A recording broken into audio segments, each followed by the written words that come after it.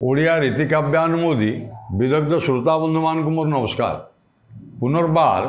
से रीति जुगर अनन्य साधारण प्रतिभावान कवि भक्त कवि अभिमन्यु सामंत सिंहार श्रेष्ठ कृति विदग्ध चिंतामणि काव्यर 244 अर्थात 42 छांद संपर्क में आलोचना करवा। बंधुगण ये 42 छांदे अभिमन्यु सामंत सिंहार श्रीकृष्ण मधुमंगल तांकर सखा श्रीकृष्ण सखा मधुमंगल सहित भगवान श्रीकृष्ण एवं मधुमंगल प्रीति संपर्क जो प्रीति प्रत्युक्ति सिद्धांत प्रीति एवं प्रत्युक्ति श्रीकृष्ण मधुमंगल प्रीति प्रत्युक्ति सिद्धांत ये संपर्क 42 छांदे कौन कवि प्रेम तत्वर वर्णना एवं रागानुगा भक्ति बा माधुर्य भक्ति बा शुद्ध सुधा भक्ति जोटा गौड़ीय वैष्णव साहित्य प्रधान आलोच्य विषय से संपर्क प्रीति तत्व बा प्रेम तत्व संपर्क मधुमंगल मुखरी भगवान श्रीकृष्ण को शुणी कौन ये प्रेम तत्व कौन ये प्रेम कि आसला ये भाव हृदय किमिति जागृत होउची एवं मनुष्य को किमिति विचलित कर दउची यार स्थिति कौटी ये चिरस्थायी नित्य ना अल्प समय पे आसूची इत्यादि इत्यादि विषयक समस्त तात्विक आलोचना तथ्यभित्तिक एवं तात्विक महत्वपूर्ण आलोचना प्रेम तत्वर 42 छांदे कवि किभली भाव में वर्णना करिसंती। भगवान श्रीकृष्ण एवं मधुतांकर सखा मधुमंगल आपण मैंने जानते मधुमंगल होकर गुरु हाँ भगवान श्रीकृष्णकर गुरु जी संदीपनी ऋषि थे पुत्र सी तांकर परस्पर भितर जो आलाप आलोचना होती प्रेम तत्व संपर्क में कविता को विशद भाव में अभिमन्यु सामंत सिंहार सिद्धांत प्रेम तत्वर सिद्धांत सार सार कथा कि तत्व कथा कहते आसतु आलोचना करवा। मुझे विषय सामान्य टिके आ सूचना दिए जे प्रेम तत्वटा पूर्वर 39 छांदे अर्थात 39 बा 39 छांदे राधा एवं विशाखा ये मधुमंगल से विशाखा राधा मध्य पचारि विरहिणी राधा ये प्रेम तत्व संपर्क में पचारि विशाखा को ये प्रीति प्रेम कौटू आसला ये हृदय कहीं जागृत करुँची मनुष्य को कहीं आनमना कर दूची मुझे व्याकुलित बा हृदय कहीं हो से प्रेमिक को बा ताकू खोजापी हृदय अंतरात्मा किभली व्यथा वेदना जर्जरित हो जाऊँगी ये समस्त विषय पचारि तार उत्तर मध्य विशाखा यथासाध्य 39 छांदे किभली विशाखा मुखरी कवि कहते तार सूचना पदे अधे कहीदे आपण मैंने जानवे ये प्रेम तत्व को 39 छांदे अनुरूप भाव में कवि वर्णना कर जहाँ 42 छांदे आ विशद भाव में तात्विक दृष्टिकोण तथ्यभित्तिक एवं तात्विक आलोचना कर 39 छांदे विशाखा कौन कहते जो राधा पचारि ये प्रीति प्रेम कुआड़ू आसला कौन कवि कहते धीर चक्र हृद पद्मीर रसिकानंद सिंधु कलाकर ग्राहक प्रेम वाणिज्य पसरा कामी कामद चिंतामणि परा ये छांद गारिमा प्रीति आनंद सिंधु को चंद्रमा 39 छांद नल विवारु गोविंद पिरती अधीरे धीरा रतन आरती कहती धरी विशाखिका हस्त कह पिरती की जाति पदार्थ काहुए अहिला क्यों दैव यहाँ भिआइला शुणी सखी कहे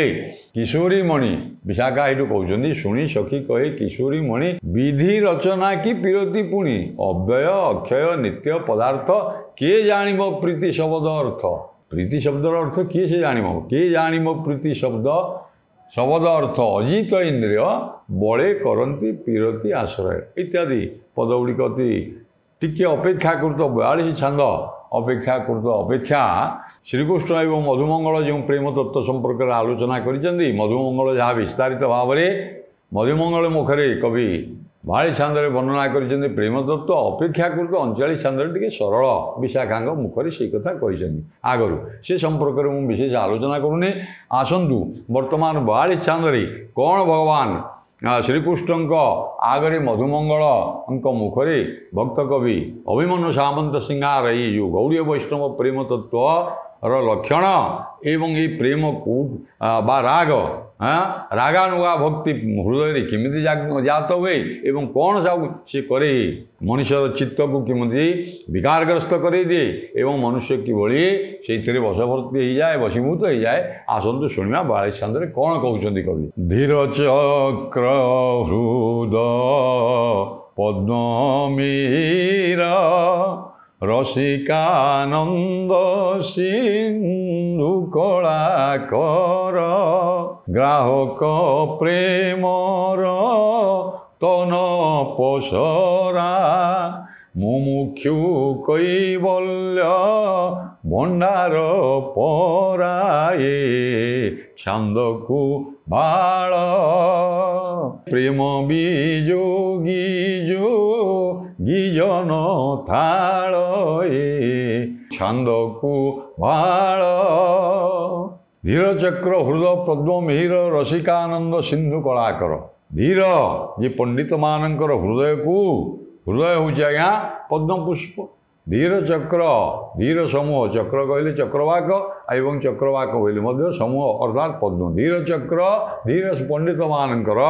ହୃଦୟ ରୂପକ ପଦ୍ମ ଫୁଲକୁ ପ୍ରସ୍ଫୁଟିତ କରିବାରେ ଯିଏ ହେଉଛି ବିକଶିତ କରିବାରେ ଯିଏ ହେଉଛି ମିହିର ବା ସୂର୍ଯ୍ୟ ସଦୃଶ। ଏ ଛାନ୍ଦ ଏଇଭଳି ଏ ଛାନ୍ଦଟି ହେଉଛି ପଣ୍ଡିତମାନଙ୍କର ହୃଦୟ ରୂପକ ପଦ୍ମ ଫୁଲକୁ ଯେଉଁ ପ୍ରେମ ତତ୍ତ୍ୱ ମୁଁ ବର୍ଣ୍ଣନା କରିଛି ଇଏ ଧୀର ଚକ୍ର ବା ପଣ୍ଡିତମାନଙ୍କର ପଣ୍ଡିତ ମଣ୍ଡଳୀଙ୍କର ବଡ଼ ବଡ଼ ପଣ୍ଡିତମାନଙ୍କର ହୃଦୟ ରୂପକ ପଦ୍ମ ଫୁଲକୁ ବିକଶିତ କରାଇବାରେ ହେଉଛି ସୂର୍ଯ୍ୟ ସଦୃଶ। କାହିଁକିନା ସୂର୍ଯ୍ୟ ଉଦୟ ହେଲେ ଆଜ୍ଞା ପଦ୍ମ ଫୁଲ ଗୁଡ଼ିକ ବିକଶିତ ହୋଇଯାଏ। ଏବଂ ରସିକାନନ୍ଦ ସିନ୍ଧୁ କଳାକର ଯେଉଁମାନେ ରସିକ ଗ୍ରାହକ ରସଗ୍ରାହିକା ଶକ୍ତି ଏହି ବୈଷ୍ଣବ ତତ୍ତ୍ୱଗ୍ରନ୍ଥର ପ୍ରେମ ଭକ୍ତି ତତ୍ତ୍ୱର ସାରମର୍ମ ଯେଉଁମାନେ ଜାଣିଛନ୍ତି ସେହିଭଳି ଯେଉଁ ରସିକ ପାଠକ ତାଙ୍କର ହୃଦୟ ରୂପକ ରସିକାନନ୍ଦ ଆନନ୍ଦ ସିନ୍ଧୁ ରୂପକ କଳାକର ଅର୍ଥାତ୍ ତାଙ୍କର ହୃଦୟରେ ଯେଉଁ ଆନନ୍ଦ ରୂପକ ସିନ୍ଧୁ ଉଛୁଳୁଛି ସେ ତାକୁ ଚନ୍ଦ୍ର କିରଣ ପଡ଼ିଲେ ଆଜ୍ଞା ପୂର୍ଣ୍ଣମୀ ରାତିରେ ଯେମିତି ଚନ୍ଦ୍ର ପଡ଼ିଲେ ଚନ୍ଦ୍ର କୃଷ୍ଣ ପକ୍ଷ ଅପେକ୍ଷା ଶୁକ୍ଳ ପକ୍ଷରେ ସମୁଦ୍ରରେ ଅଧିକ ଜୁଆର ଉଠେ। ତେଣୁ ଆନନ୍ଦ ସିନ୍ଧୁକୁ ଇଏ ହେଉଛି କଳାକର ବା ଚନ୍ଦ୍ର ପୂର୍ଣ୍ଣମୀ ରାତିରେ ଚନ୍ଦ୍ର ସଦୃଶ ଅଧିକ ଉତ୍ଫୁଲ୍ଲିତ କରାଇଦିଏ। ଏବଂ ଗ୍ରାହକ ପ୍ରେମ ରତନ ପସରା ଗ୍ରାହକମାନଙ୍କର ପ୍ରେମ ରୂପକ ରତ୍ନର ଇଏ ହେଉଛି ପସରା। ଏ 42 ଛାନ୍ଦ ଗ୍ରାହକମାନଙ୍କର ଇଏ ପ୍ରେମ ରୂପକ ରତ୍ନର ଇଏ ଗୋଟେ ପସରା। ଯେମିତି ଗ୍ରାହକ ନେବା ପାଇଁ ବ୍ୟବସାୟୀ ସବୁ ରଖିଥାନ୍ତି ବିଭିନ୍ନ ଦ୍ରବ୍ୟ ଇଏ ପ୍ରେମ ରୂପକ ରତ୍ନ ସେଠି ସେ ଧରିକିରି ବସିଛନ୍ତି ଆଉ ଉପଯୁକ୍ତ ଗ୍ରାହକ ଆସିଲେ ଆଜ୍ଞା ସେମାନେ ପାଇପାରିବେ। ମୁମୁକ୍ଷୁ କୈବଲ୍ୟ ଭଣ୍ଡାର ତତ୍ତ୍ୱ କଥା ମୁଁ କହୁଛି ମଧୁମଙ୍ଗଳ ମୁଖରେ ଯାହା ଭଗବାନ ଶ୍ରୀକୃଷ୍ଣ ମୋତେ ପଚାରିଛନ୍ତି। ଆଉ ମୁମୁକ୍ଷୁ କୈବଲ୍ୟ ଭଣ୍ଡାର ମୁମୁକ୍ଷୁ ଅର୍ଥାତ୍ ମୁକ୍ତିକାମୀ ମୁମୁକ୍ଷୁ ଶବ୍ଦ ଦେଲେ ମୁକ୍ତିକାମୀ ଲୋକର ଇଏ ହେଉଛି କୈବଲ୍ୟ ପସରା। ଆମେ ଯେମିତି ଜଗନ୍ନାଥଙ୍କର କ୍ଷେତ୍ରକୁ ଶ୍ରୀକ୍ଷେତ୍ରକୁ ଯାଉଛେ ଆଜ୍ଞା କୈବଲ୍ୟ ତାଙ୍କର କଣିକାଏ କୈବଲ୍ୟ ଖାଇଦେଲେ ଆମର ମୁକ୍ତି ହେଇଯାଉଛି ବୋଲି ଆମର ଶାସ୍ତ୍ରରେ ଲେଖା ହେଇଛି। ସେଥିପାଇଁ ସମସ୍ତେ ଶ୍ରୀକ୍ଷେତ୍ର ବା ନୀଳାଚଳ ଧାମ ପୁରୀ ପୁରୁଷୋତ୍ତମ କ୍ଷେତ୍ର ଶଙ୍ଖନାଭି ମଣ୍ଡଳରେ ଭଗବାନଙ୍କୁ ଯାଇ ଚତୁର୍ଦ୍ଧା ମୂର୍ତ୍ତିଙ୍କୁ ଦର୍ଶନ କରୁଛନ୍ତି ଏବଂ କାଳିଆ ସାଆନ୍ତଙ୍କର କୈବଲ୍ୟ କଣିକାଏ ତାଙ୍କର ଅପାର କରୁଣା ଯାହା ପ୍ରତି ଅଛି ସେ କୈବଲ୍ୟ ଖାଇପାରିବ। ସେମିତି ମୁକ୍ତିକାମୀ ଲୋକର ଇଏ ହେଉଛି କୈବଲ୍ୟ କଣିକା ସଦୃଶ। ଏବଂ ଆଉ କ'ଣ ହେଇଛି ନା ଏହିପରି ଭାବରେ ହେ ବିଦ୍ୱଜ୍ଜନ ହେ ପଣ୍ଡିତମାନେ ଏ ଛାନ୍ଦକୁ ଭାଳ ଏ 42 ଛାନ୍ଦଟିକୁ ଆପଣମାନେ ଗ୍ରହଣ କରନ୍ତୁ। ଆଉ ପ୍ରେମ ବିଯୋଗୀ ଯୋଗୀ ଜନ ଥାଳ ପ୍ରେମ ବିଯୋଗୀ ଅର୍ଥାତ୍ ଯେଉଁମାନେ ବିଯୋଗୀ ଶବ୍ଦ ଗୋଟିଏ ଦେଲେ ବିଯୋଗୀ ମାନେ ବିଶିଷ୍ଟ ଯୋଗୀ ବିଯୋଗୀ ମାନେ ହେଉଛି ବିରହୀ ପ୍ରେମ ବିରହୀ ଯେଉଁମାନେ ପ୍ରେମ ବିରହୀ ସେଇମାନେ ଯୋଗୀ ଜନ ଭିକ୍ଷା ଥାଳ ଅର୍ଥାତ୍ ଯୋଗୀ ଜନମାନଙ୍କର ଆଜ୍ଞା ଯୋଗୀମାନେ କ'ଣ କରନ୍ତି ନା ବିଭିନ୍ନ ଦ୍ୱାରସ୍ଥ ହେଇକରି ଗୃହସ୍ଥମାନଙ୍କର ଦ୍ୱାରକୁ ଯାଇକରି ଭିକ୍ଷା ଅନ୍ନ ଚାଉଳ ମୁଠି ମାଗନ୍ତି ଏବଂ ତାଙ୍କର ଭିକ୍ଷା ଥାଳ ଏ ହେଉଛି କ'ଣ କାହାର ଭିକ୍ଷା ଥାଳ ନା ପ୍ରେମ ବିଯୋଗୀ ଲୋକର ବିରହୀ ଲୋକମାନଙ୍କର ଇଏ ହେଉଛି ଭିକ୍ଷା ଥାଳ। ଦ୍ୱାର ଦ୍ୱାର ବୁଲିକରି ଯେମିତି ଭିକ୍ଷାନ୍ନ ଲବ୍ଧ ଅନ୍ନ ସେମାନେ ପାଆନ୍ତି ଏଇଠି ବିଯୋଗୀ ଲୋକମାନେ ଅର୍ଥାତ୍ ବିରହୀମାନେ ଏଇ ଥାଳରେ ପରିପୂର୍ଣ୍ଣ ହୋଇଯିବ ତତ୍ତ୍ୱ ଏଭଳି ଅଛି। ଏଣୁ ବିଯୋଗୀ ଲୋକମାନଙ୍କର ବା ବୈଷ୍ଣବ ବିଶିଷ୍ଟ ସାଧକ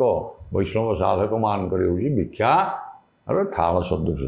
ଏବଂ କବି ଆଉ କ'ଣ କହୁଛନ୍ତି ଆସନ୍ତୁ ଦେଖିବା। ଗିରିବର ଧର ମାର ମୋହନ ରାଧା ପ୍ରୀତି ବିନା ମାରେ ମୋହନ ଲଜ୍ଜା ମର୍ଯ୍ୟାଦା ଆତୁର ଉଚ୍ଛନ ଲାଳସେ ବଳା ବଳି ଦିନୁ ଦିନ ଦିନେ ଛନେ ବନେ ସଖାକୁ କହନ୍ତି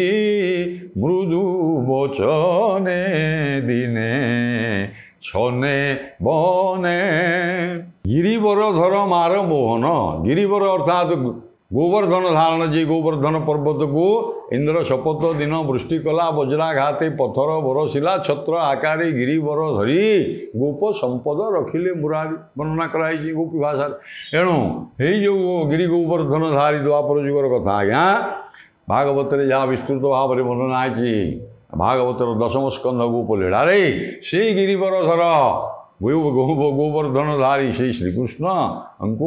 ସିଏ କ'ଣ ହେଇଛନ୍ତି ନା ମାର ମୋହନ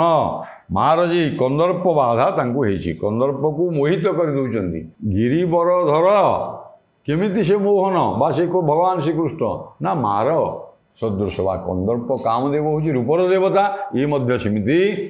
ରୂପ ଲାବଣ୍ୟର ଖଣି କନ୍ଦର୍ପ ପରି ଦେଖିବା ପାଇଁ ସୁନ୍ଦର ଯେଉଁ ଗୋବର୍ଦ୍ଧନ ଧାରଣଧାରୀ ଭଗବାନ ଶ୍ରୀକୃଷ୍ଣଙ୍କୁ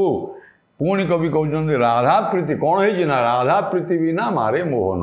ରାଧାଙ୍କର ପ୍ରୀତି ବା ମିଳନ ବା ନ ପାଇକିରି ବିରହରେ ଆତୁର ହେଇକିରି ଆଉ ମାରେ ମୋହନ କନ୍ଦର୍ପ ଦ୍ୱାରା ଜର୍ଜରିତ ହେଇଛନ୍ତି ମୋହିତ ହେଇଯାଇଛନ୍ତି ଏବଂ ମାରେ ଶବ୍ଦ ଏଠି ଦେଲା ଅର୍ଥାତ୍ କନ୍ଦର୍ପ ଦ୍ୱାରା ବା କାମ ବାଧାରେ ଜର୍ଜରିତ ହେଇଯାଇଛନ୍ତି ମୋହିତ ହେଇଯାଇଛନ୍ତି ଏବଂ ଆଉ କ'ଣ ହେଇଛି ଲଜ୍ଜା ମର୍ଯ୍ୟାଦା ଆତୁର ଉଚ୍ଛନ ଏହାଫଳରେ ଭଗବାନ ଶ୍ରୀକୃଷ୍ଣ ମଧ୍ୟ ଲଜ୍ଜା ପରିତ୍ୟାଗ କରିଛନ୍ତି ଆଉ ମର୍ଯ୍ୟାଦା ମାନ ସମ୍ଭ୍ରମ ସବୁକିଛି ଭୁଲି ଯାଉଛନ୍ତି କାହିଁକିନା ସେ ବିରହ ବାଧାରେ ଏଇଭଳି ପ୍ରଜ୍ୱଳିତ ହୋଇଯାଉଛନ୍ତି ବା ତାଙ୍କୁ ଏତେ ଯନ୍ତ୍ରଣାଦାୟକ ହେଇଛି ଯେ ତାଙ୍କର ହୃଦୟ ଏତେ ଆଚ୍ଛନ୍ନ ହେଇଯାଇଛି ଯେ ଆତୁର ଉଚ୍ଛନ୍ନ ଲଜ୍ଜା ମର୍ଯ୍ୟାଦା ଆତୁରତା ଅର୍ଥାତ୍ ବ୍ୟାକୁଳତା ଏବଂ ଉଚ୍ଛନ୍ନ ଏବଂ ସବୁକିଛି ଲଜ୍ଜା ମାନ ମହତ୍ତ୍ୱ ସବୁ ଜଳାଞ୍ଜଳି ଦେଇଛନ୍ତି ଉଚ୍ଛନ୍ନ ଶବ୍ଦ ବୋଲେ ନଷ୍ଟ ହେଇଯିବା ଏବଂ ଆଉ କ'ଣ ହେଇଛି ନା କବି କହୁଛନ୍ତି ଯେ ଲାଳସେ ବଳାବଳି ଦିନୁ ଦିନ ଏବଂ ଦୁଇ ଅର୍ଥ ଅଛି ଲଜ୍ଜା ମର୍ଯ୍ୟାଦା ଆତୁର ଉଚ୍ଛନ୍ନ ଏସବୁ ପ୍ରାୟ ପାଇବା ପାଇଁ ବିରହ ବାଧାକୁ ଦୂର କରିବା ପାଇଁ ରାଧାଙ୍କର ସହିତ ମିଳିତ ହେବା ପାଇଁ ଇଏ ସମସ୍ତଙ୍କୁ ଜଳାଞ୍ଜଳି ଦେଇଛନ୍ତି ଏବଂ ଏ ଲାଳସା ଆସକ୍ତି ତାଙ୍କର ଦିନୁ ଦିନ ବଢ଼ୁଛି ସିନା କମିନି ଆଉ ଦିନୁ ଦିନ ଯେତେବେଳେ ବଳାବଳି ହେଇଯାଉଛି ଆଉ ସବୁ ବନ୍ଧବାଡ଼ ଆଜ୍ଞା ଲଜ୍ଜା ମାନ ମହତ୍ତ୍ୱର ସତେ ଯେମିତି ବନ୍ଧବାଡ଼ ସବୁ ଅତିକ୍ରମ କରିଯାଇଛି ଏଣୁ ଦିନେ କ'ଣ ହେଇଛି ବ୍ୟାକୁଳ ହେଇକି ଛନେ ଅର୍ଥାତ୍ ବ୍ୟାକୁଳିତ ହୃଦୟରେ ଦିନେ ଛନେ ବନେ ବଣରେ ଯମୁନା ତୀରସ୍ଥ ଆଉ ବୃନ୍ଦାବନରେ ସଖାଙ୍କୁ କହନ୍ତି ମୃଦୁ ବଚନେ ବନ୍ଧୁ ନିକଟରେ ମନ କଥା ସବୁ କହିବାକୁ ଲାଗେ ସୁଖ ତେଣୁ ବନ୍ଧୁ ଯିଏ ହେଉଛନ୍ତି ଆଉ ତାଙ୍କର ଯେଉଁମାନେ ବନ୍ଧୁ ଅଛନ୍ତି ପରମ ବନ୍ଧୁ ସେ ସଖା ମଧୁମଙ୍ଗଳ ମୁଁ କହିଛି ଯେ ସନ୍ଦୀପନୀ ଋଷିଙ୍କର ସେ ହେଉଛନ୍ତି ପୁତ୍ର ସେ ତାଙ୍କର ପରମ ବନ୍ଧୁ ବା ସଖା ପ୍ରିୟ ମିତ୍ର ତାଙ୍କ ଆଗରେ କୋମଳ ଭାଷାରେ କହୁଛନ୍ତି ଧୀର ମୃଦୁ ବଚନରେ କ'ଣ କହୁଛନ୍ତି ଆସନ୍ତୁ ଶୁଣିବା ପରବର୍ତ୍ତୀ ପଦରେ କ'ଣ କବି କହିଛନ୍ତି ଶ୍ରୀକୃଷ୍ଣ କ'ଣ ମଧୁମଙ୍ଗଳକୁ କହୁଛନ୍ତି କାହୁଁ ଜନମ ହୋଇ ପିରତି କି ଜାତି ବର୍ଣ୍ଣ ଚିହ୍ନ ଗୁଣ ରୀତି କରିବା କରାଇବା ଶକ୍ତି କେତେ କାହିଁ ରହି ସଞ୍ଚ ରହି କେମନ୍ତେ ଦେଶ କାଳ ପାତ୍ର କହି ମୋ ଶ୍ରୁତି କି କର ପବିତ୍ର ଦେଶ କାଳ ପାତ୍ର କେଡ଼େ ଚମତ୍କାର କଥା କହିଛନ୍ତି ଆସ୍ତେ ତତ୍ତ୍ୱ ଭିତରକୁ ପଶିବେ ଆଜ୍ଞା ତତ୍ତ୍ୱ ଭିତରକୁ ତ ପ୍ରବେଶ କରିବେ ନା ଭଗବାନ ଶ୍ରୀକୃଷ୍ଣ ବିରହ ବାଧାରେ ଜର୍ଜରିତ ହେଇକିରି ଆଉ ଲଜ୍ଜା ମାନ ମହତ୍ତ୍ୱ କୂଳ ସମସ୍ତ ପରିତ୍ୟାଗ କରିକିରି ଉଚ୍ଛନ୍ନ ଏକାନ୍ତ ବ୍ୟାକୁଳ ଚିତ୍ତରେ ସଖା मधुमंगल को वृंदावन में डाकिकी धीर स्वर कहते ये कथार उपाय मत बता ये कथा केमी समाधान अर्थात मोर विरह बाधा किभली दूर हम ये विरह बाधा किभली हृदय कहीं जागृत हो प्रेम कौन राग कौन स्नेह कौन मत यार विशद व्याख्या कर काहू जन्म हो पीरती की जाति अरे प्रीति ये शब्द जो प्रीति बोली जोड़े शब्द अक्षर ये कुआड़ू आसला यार जन्मस्थान कौटी एवं की जाति वर्ण चिन्ह ये की जाति ये वर्ण यार कौन एवं यार गुण कौन कार्यकारिणी शक्ति कौन एवं ये सबू मते विशद भाव करवा कराइबा यार शक्ति बा सामर्थ्य कौन अच्छी ये कौन करिपारे कौन करने को दिए कि यार कार्यकारिणी शक्ति कार्यकारिता शक्ति केते करवा एवं कराइबा ये कौन करे एवं कराई पारे कहीं रही संचर रही ये केउठी थाए आमिति संचरण करे कौटी अर्थात भगवान श्रीकृष्ण हृदय में ये संचरित हो राधाराणी हृदय अनुरूप भाव में संचरण कर न कही ये कौटे ये प्रीति यार करवा शक्ति केते कराइबा शक्ति केते कहीं लोक को मूर्छित कर ना लोक दिन दिन व्यापी राधा न पाई कांदुंट आखिरी लुह झरी जाऊँगी कृष्ण खोजुंट चारिआड़े ये समस्त ये हृदय जो व्यथा वेदना जागृत करुँच यार कराइबा शक्ति सीधा आउ कहीं रही संचर ये क्यों स्थान रे रहे तार संचार स्थान कौन कही मु श्रुति की हे मधुमंगल हे सखा हे प्रिय सखा मोर हे बंधु मोर कान को तुम्हें टे गतिशील कर पवित्र कर दियो ये प्रीति तत्व बा प्रेम तत्व कुआड़ू आसला कि ये शब्दर जो महत्व अच्छी ताकू कवि पुणी कहते आसतु कौन कहते परवर्ती पदरे शुणा या श्रवणे हसी कहे मधु प्रेमार्थ अकल नाम सिंधु साधवे सिद्धांत करती जहा किछि शुणी मु कहिबी ताहा राग शब्द अर्थ हे अचिंत्य अव्यक्त नित्य पदार्थ राग शब्द अर्थ यह श्रवणे हसी कहते ये कथा भगवान श्रीकृष्ण मधुमंगल को पचारि यह शुणिकी यह श्रवणे यह शुणिकी सखा मधुमंगल कहते प्रेमार्थ अरे प्रेम शब्दर अर्थ मु कौन कहबी ये प्रेम तत्व वा प्रेम शब्दर जो अर्थ अच्छी मुझे कौन कहीपरि भाषा रे वर्णना करी नहीं अकलना महासिंधु प्रेम शब्दर अर्थ हूँ आपको कलना करनी आपको अकलना अर्थात आपको कलना करहबनी मापी हेनी क्या महासिंधु सिंधुर गभीरता एवं जल तार व्यापकता विस्तारता जमी महासिंधुर गभीरता एवं व्यापकता को मापी हेनी बा कलना करहबनी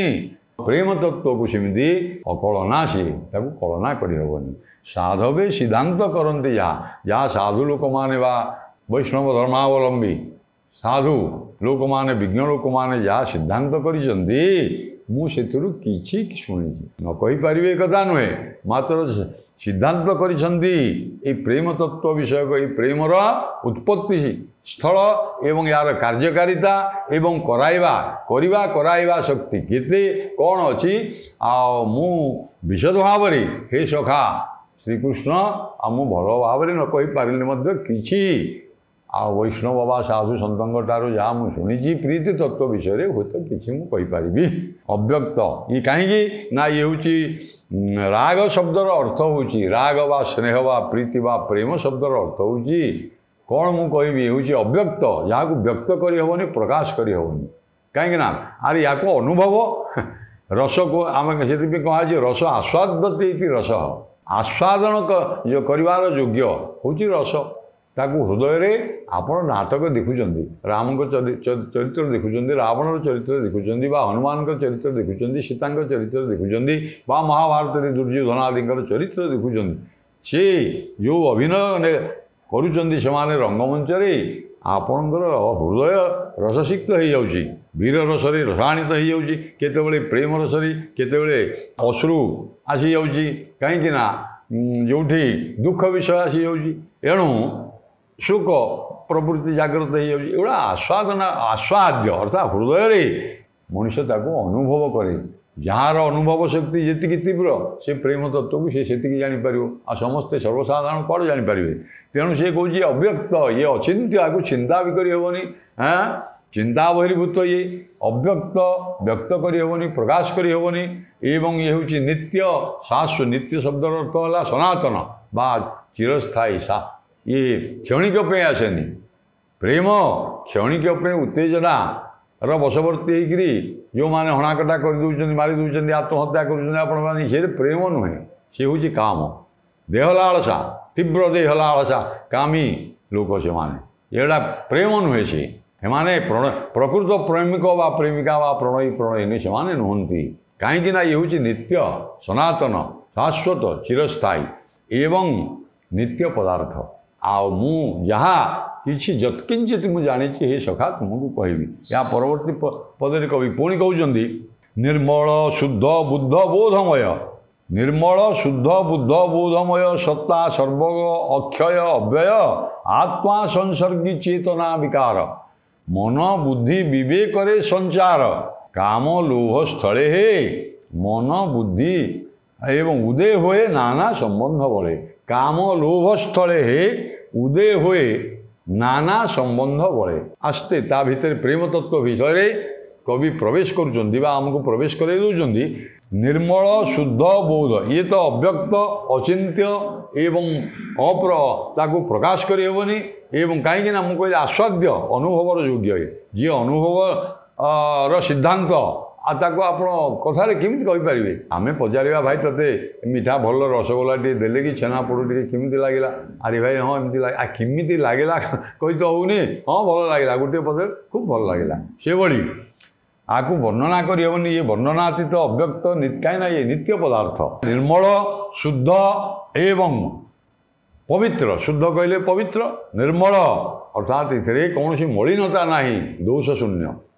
मु कहली ये दोष कौन अच्छी ना जी कामर बशवर्ती होकर आज्ञा प्रेम करुचे प्रेम करुचु से आप देखिए आत्महत्या नीति चली आप पाँच अर्थात से प्रकृत में दोषयुक्त जोटा निर्मल शुद्ध से पवित्र हृदय प्रेम करू नाहांती कामर बशवर्ती होकर क्षणिक उत्तेजना जड़े जन को भल पाँच आ जोटा नित्य सनातन चिरस्थायी से भाई भाव हृदय उद्रेक होनी जहाँफल आत्महत्या आज्ञा दैनिक चली एणु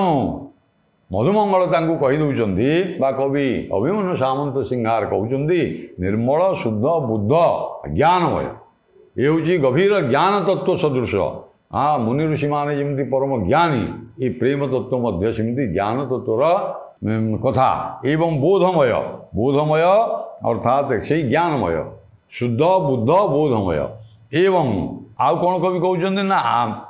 सत्ता सर्वग अक्षय अव्यय यार सत्ता कौन और यार स्थिति केते यार स्थिति सत्ता कहले स्थिति ना स्थिति यार सर्वत्र यार प्रणयी प्रणयिनी प्रेमिक प्रेमिकार हृदय रे हाँ ये सब रही आ उपयुक्त स्थान देश काल पात्र पाइले से जागृत हम एणु विकार निर्विकार चित्त से रही हाँ निर्विकार भाव में जमी आज्ञा सत्व रज तम त्रिगुण हाँ विकार शून्य होकर रही सम भाव सत्व रज तम ये तीन गुण कौन है सब सामान भाव में थाए सीटा प्रकृति जितेबले विकार शून्य हो जाए तत्व रज असमान हो जाए सत्व रज तम ताले से विकार सृष्टि हुए से सृष्टि हुए संसार सेमिति ये निर्विकार चित्त जहाँ को जहाँ देखीदे आज्ञा प्रेम भाव जागृत होनी तेणु से प्रेम भाव केमिति जागृत हम से कथा कवि कहते आत्म संसर्गी ये सर्वग ये सर्वव्यापी सर्व सबुआड़े गमन करें एवं अक्षय अव्यय सी पुणी अक्षय तार क्षय व लय ना विलय ना तार ये शाश्वत मुझे चिरस्थायी शाश्वत सनातन एणु अक्षय एवं अव्यय से अव्यय अक्षय हाँ जार व्यय ना एवं व्यय कहले ह्रास ना तार ह्रास ना सब ये वृद्धि ही चली एवं काम लोभ स्थले आसले प्रेम आसूची केमी एड़े बड़ तत्व कथा जदि वैष्णव तत्व तात्विक आलोचना चली ये आसब केमी ना लोभ स्थले जड़े जनक प्रति लोभासक्त है अर्थात भगवान श्रीकृष्ण राधांकर कथा शुणिक लोहाशक्त हेले। राधाराणी यमुना तीर में श्रीकृष्णकर मयूर चंद्रिका जमी कवि सूर्य चंपुरी आज्ञा लिखिं मुझे आगुरी वर्णना कर बंशी शुणिक बंशी ध्वनि शुणिक मोहित हो गले एवं मयूर चंद्रिका देखिले चलनशील भगवान श्रीकृष्ण चल प्रचल होती दूर देखी तेणु नाद कूपिनीतम विनी जनमन क्षोभ क्षमंशु श्रुवे कांति कापि चलत कलाप मुकुटा लंबा चुचुम्बा अम्बके मो आखिरी पड़ा ये कथा स्थैर्यं तत्प्रभृति स्खलत्यपि देख प्रेम केमती आसूची तार प्रीति कौटी जाग्रत होगी ना स्थैर्यं तत्प्रभृति स्खलत्यपि बड़त्यंतर विलापो अंतर विलाप मोर अंतर दहा हो मोर समस्त धैर्यबंध भांगी जाऊँच हे सखी ललिता स्थैर्यं तत्प्रभृति स्खलत्यपि बड़त्यंतर विलापो बड़ा अश्रांतम सखी दृश्यते मु बहुबार देखली थरे नुहे ये गोटे जिन देखली भगवान श्रीकृष्ण को देखिक प्रेम में पड़गली कथा कहूना ताल कहीं ना राग ता भाव मुझे निर्विकार हृदय बा चित्तरे भाव हूँ प्रथम विक्रिय भाव जाग्रत हेले सी अनुभाव संचारी भाव देकी आज्ञा रसरे परिणत हम प्रेम तत्व परिपुष्ट हम एवं ये जो कथाटा आत्म संसर्गी चेतना आत्मा रे जिते बड़े प्रवेश कर मनुष्यर हृदय रे आत्मा कहले ये जीवात्मा अर्थात हृदय हृदयर कथा कहुच्छी जीवर हृदय रे चेतना रे जिते बड़े विकार जाग्रत हम चिंता चेतना रे आपण को विकार आमे जाऊे आसुचे आज्ञा सब आड़े जाऊे आसुचे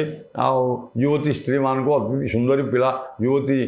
मान को आप देखुं सौंदर्य मुग्ध हवा भिने एवं प्रेम रे वशीभूत हवा भिने प्रति कामासक्त हवा आउ भिने तेणु कवि कहते चेतना हृदय रे चेतना जाग्रत हेले लोभ जाग्रत हेले जोटा लोभ स्थल अर्थात तद्विषयक आलोचना बारंबार शुणा एवं देखा कटाक्ष भ्रुभंगीर विकार उष्ट अंगलावण्य असौष्ठव तद्विषय शुणा इत्यादि विषयक उदय हुए नाना संबंधरु ये जात हुई नाना प्रकार संबंधरु ये हृदय रे विकार सृष्टि हेले जाई प्रेम जाग्रत हुए स्वादु शीतल यहीपरि भाव में कवि जहाँ मुझे कहली प्रेमर तत्व बा लक्षण सबू कौन कौन होती 42 छांदे आहरी सुंदर भाव में तात्विक प्रेम व्याख्या एवं परकिया स्वकिया प्रीति कौन बा प्रेम कौन परकिया प्रीति कौन एवं परकिया प्रीति प्रेमर पूर्णता कहीं हुई स्वकिया जोटा हो पारे बा साधारण हो पारे ये सब गूढ़ तत्व को अति सुंदर भाव में आलोचना करती परवर्ती पर्यायर सुविधा हेले आलोचना करवा। नमस्कार।